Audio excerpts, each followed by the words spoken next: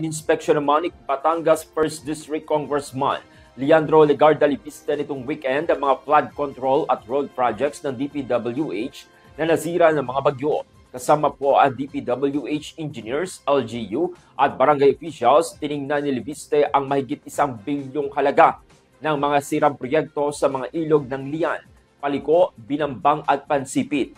Pinuna rin niya ang mga bagong gawang kalsadang agad na nasira ng Bagyong Crising. Bilang Vice Chair ng House Committee on Appropriations, inimbestigahan niya kung may kapabayaan pa o posibleng korupsyon.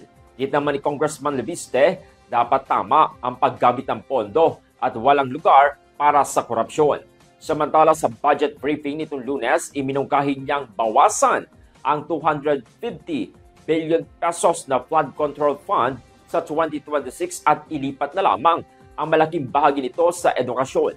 Positibo naman dito si Budget Secretary Amenah Pangandaman pero nakadepende pa rin kung maayos itong magagamit ng DepEd.